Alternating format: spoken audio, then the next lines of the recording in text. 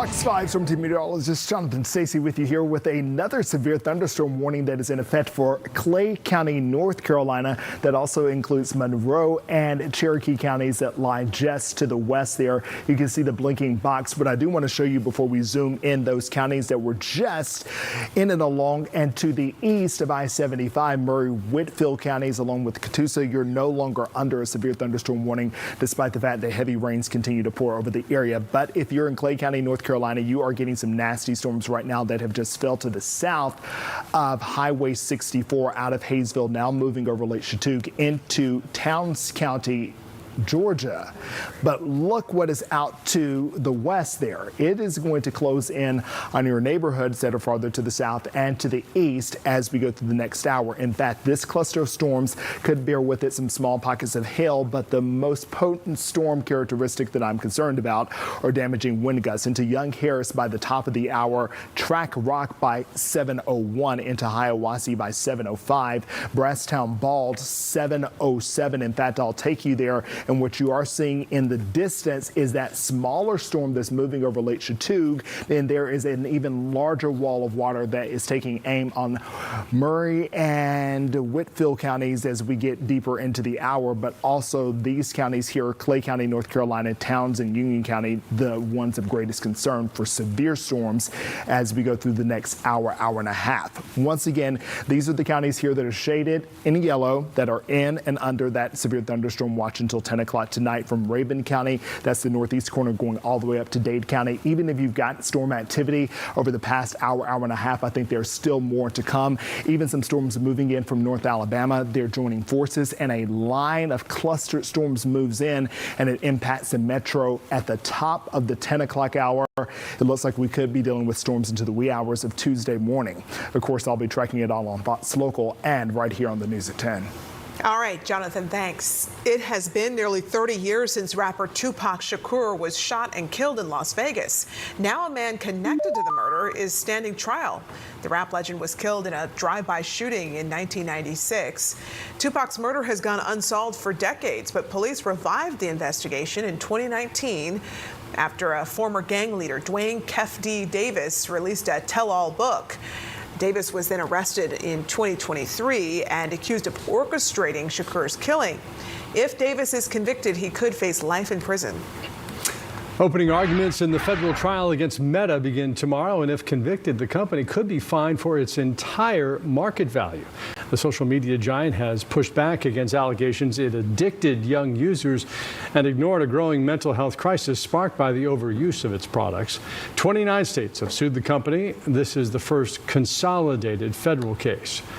Meta is coming off a major loss at a state trial earlier this month. Legal experts say Meta is going to have to do more than simply claim it didn't know its products could be harmful.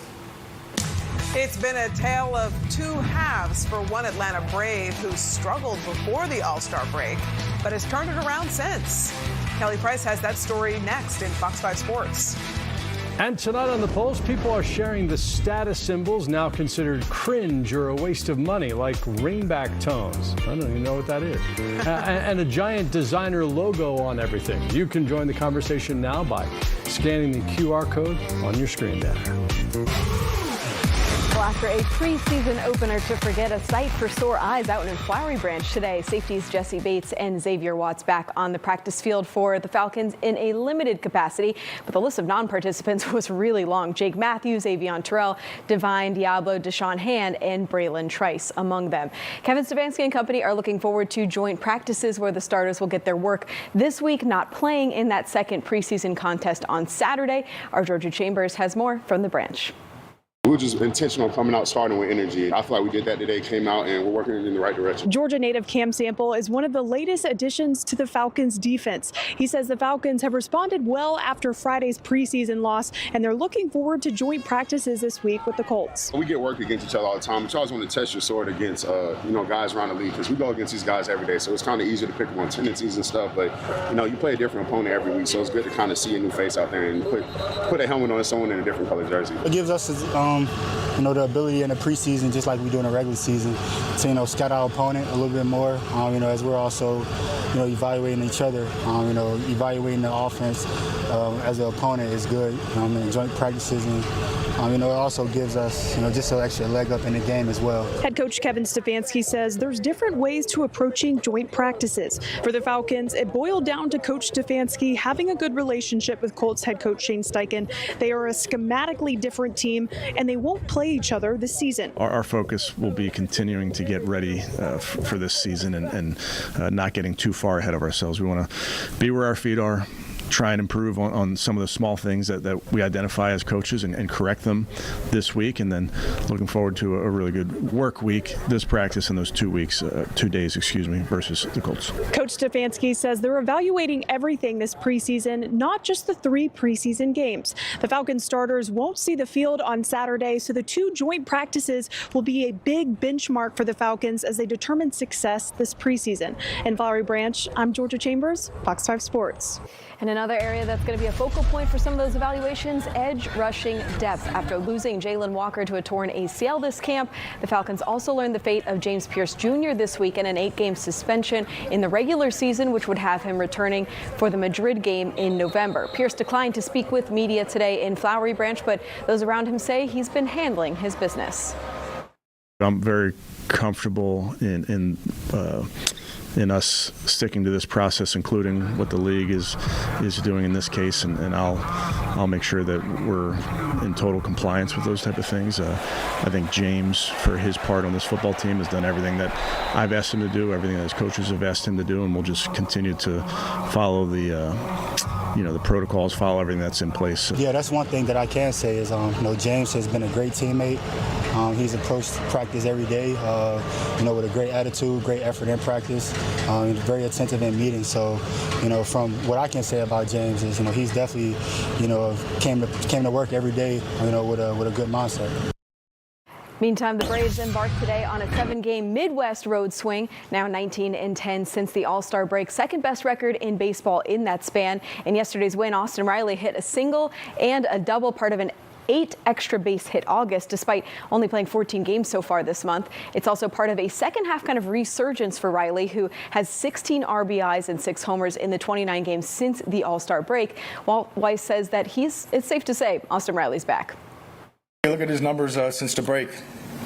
Pretty darn good, man. So, we talked about that narrative most of the first half, and a couple of his teammates went through it last year, and Ozzie and Michael, and then turned it around, and I think Austin's doing the same thing. Tarps off up there. That had a feel-good goal. Penix Jr., he is still not cleared, obviously, for all those team periods. So even in the joint practices, he'll still be doing kind of the same stuff he has been doing. So Tua will get a lot of that load. And then Cooper Rush and Jack Strand, still not sure who's going to start that preseason game, according to Stefanski. But they'll obviously be big players on Saturday as well. Very exciting. Yeah. And exciting that Austin Riley's doing well. I mean, it's a good time to get good. Hey, if you're going to get hot, it might as well be August, right? Good time for that. All right, Kelly, thanks. Thank you for joining us tonight. The Pulse is next. We'll see you back here tonight.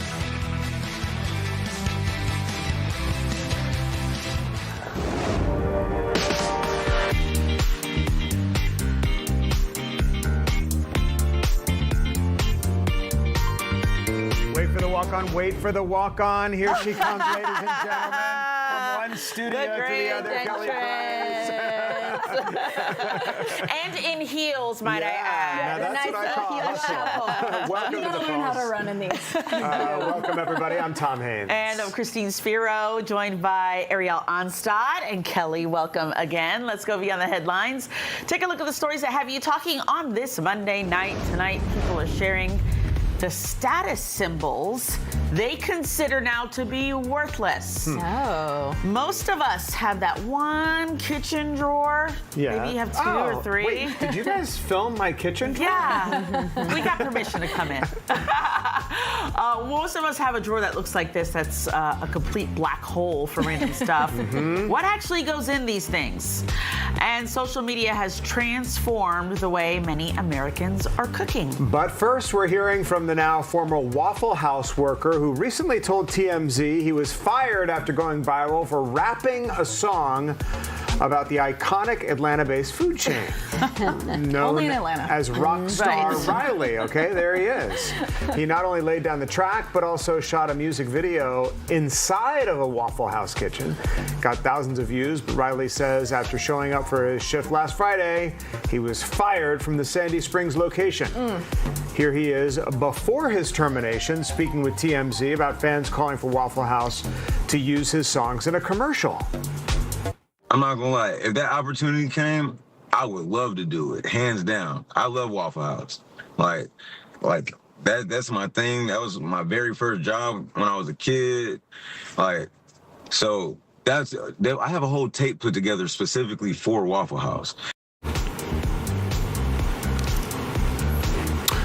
Well, TMZ reports a couple days after this interview, Riley was told to delete all social media content showing him wearing his Waffle House uniform. But after he refused to do so and shot more content, Waffle House then let him go. Riley now has a GoFundMe set up. It's collected more than $1,600 so far. In the meantime, as of Saturday, Waffle House has not yet responded to TMZ's request for a comment. I said thousands, but you guys are saying that it got a I whole thought it got like millions of views. It got viral. It was a good song. It was a bop. Why wouldn't Waffle House jump on something like this and like capitalize That's on what it? I was thinking. This should be their commercial. I Exactly. need more information because I do too. Like, who I'm is this feeling. worker is what we need to know. Well, I mean, social media now, how many times do you see someone in their uniform where they work making Right. videos? I mean, why is it all of a sudden not okay for him to do this? Well, I wonder, my question is it okay for the other workers as well? It's just maybe they didn't reach the level of virality that this guy reached. And so I just feel like, for one, like Waffle House doesn't take itself that seriously. So I feel like they would love to seize a cultural moment and love to take this to the next level. Something tells me maybe there was something more going on, and maybe they're not trying to set an example where employees are trying to make music videos at Waffle House rather than working. That's why I was and feeling then like it's there's a story behind the story we don't know about. Yeah, maybe it's a case of they don't want him to be bigger than the brand or something as well. Maybe so. Well, and that's another thing, sort of like what you said. Usually Waffle House, I thought, kind of pounces on these viral moments. I mean, listening to the little bit of the song, there's no cursing. It's not vulgar. So I'm still so confused. Here's my question. Can Waffle House sort of backpedal from this and I mean, have they said bring anything? this guy back into the I don't think there's fold? a statement or anything. They've said nothing, Right. which makes me suspicious. Exactly. Yeah, It's we're like just hearing from there's him, and this something is more his there. side of the story, it sounds like. There's got to be something more Because to it. this afternoon, it was like TMZ had asked them and for a comment, and they had not said anything, and so it just kind of makes me like, what are they working on?